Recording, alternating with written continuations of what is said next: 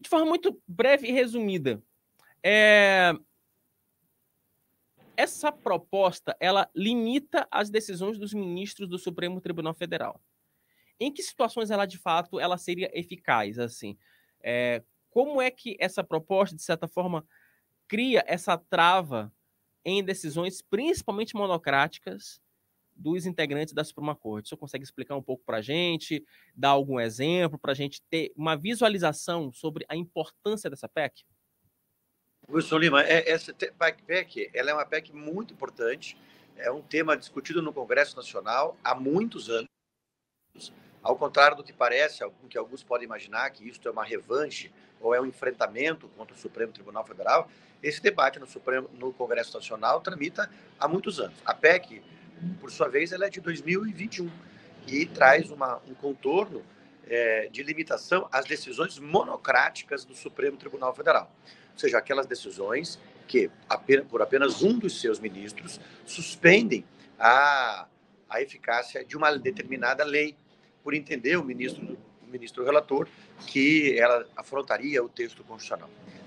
Todavia, a PEC, de alguma forma, ela não impede completamente essas decisões. O que ela faz, ela traz uma compulsoriedade. Quando concedida a essas decisões, o seu julgamento, por exemplo, em 6 meses. E o ideal, que ela sempre seja levada ao plenário. E no caso do recesso, que nós temos no final do ano, daí sim será autorizado a possibilidade de decisões monocráticas quando essas forem urgentes, né, por parte da presidência e da vice-presidência do Supremo Tribunal Federal, que, por sua vez, deverão ser levadas ao plenário para ratificação do corpo colegiado em até 30 dias após o retorno do recesso. De algum modo, é uma forma que o Congresso Nacional está se utilizando para trazer maior legitimidade às decisões do Supremo Tribunal Federal e não ter a sua vontade, a vontade do Parlamento brasileiro, que é tão importante quanto a do Supremo Tribunal Federal, mitigada ou restringida por uma decisão de apenas um ministro do Supremo Tribunal Federal. Parece que esse é um enfrentamento, como eu já disse, que não é de hoje, é um enfrentamento que faz parte do processo democrático e que, logicamente, traz um desconforto, né? Há uma obra clássica de mais de 200 anos do professor Conrad Hess, ele afirma que a força normativa do texto constitucional, ou seja, aquilo que é cogente, né, que obriga as pessoas no texto constitucional, em regra se constrói no enfrentamento dos fatores reais de poder, né, que são eles os poderes da República, a imprensa, a sociedade civil, que através dos seus movimentos de pressão vão conformando a democracia constitucional. E nesse momento me parece que esta é uma conformação que vem apresentada pelo Senado Federal. Vamos ver como será a resposta agora da Câmara dos Deputados. Acho que também tem maioria para passar na Câmara dos Deputados essa PEC, e ela não me parece que afronte plenamente as competências ou atribuições do Supremo Tribunal Federal. Ela apenas conforma um pouco mais parte do direito processual brasileiro, nesse caso do processo constitucional, que é o processo em série de ação direta de inconstitucionalidade, ação declaratória de constitucionalidade e arguições de descumprimento de preceito fundamental que tramitam perante o Supremo Tribunal Federal. Doutor, porque me parece muito que, inclusive, parte das reações lá no Supremo advém da seguinte situação. Essa PEC, ela tira um pouco esse poder concentrado do STF, principalmente quando há tentativa, quando há um movimento de interferência direta em ações do Poder Legislativo. Que é disso que essa PEC trata, não é? Quer dizer, quando você tem uma decisão de magistrado que ela pode suspender um ato de presidente de outra casa, me parece que essa PEC ela tenta justamente criar essa trava para evitar que um poder se sobreponha ao outro, né? Ou impressão minha? Wilson, eu acho que de alguma forma é uma impressão da maior parte das pessoas, que está a sua também, essa trava quanto à competência do Supremo. Não é isso. É a trava quanto à competência monocrática de um ministro apenas do Supremo. Esta é a trava que o Senado Federal apresenta ontem com essa votação de 52 votos. Ou seja, não poderá mais o ministro monocraticamente conceder essas decisões. O que ele terá que fazer é, ele entendendo adequado, necessário, indispensável, vai pedir de imediato para o presidente que ele coloque na próxima sessão.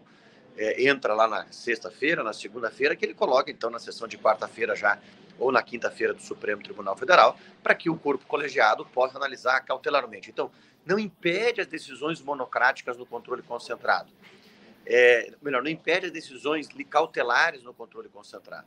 Ela impede a decisão monocrática de um ministro apenas, e que me parece que é uma escolha política. As pessoas podem gostar ou não gostar deste modelo. Agora, não há possibilidade de alguém afirmar que seja inconstitucional a PEC, por exemplo. Não é uma interferência, ela não é inconstitucional, ela é um momento de conformação entre os poderes.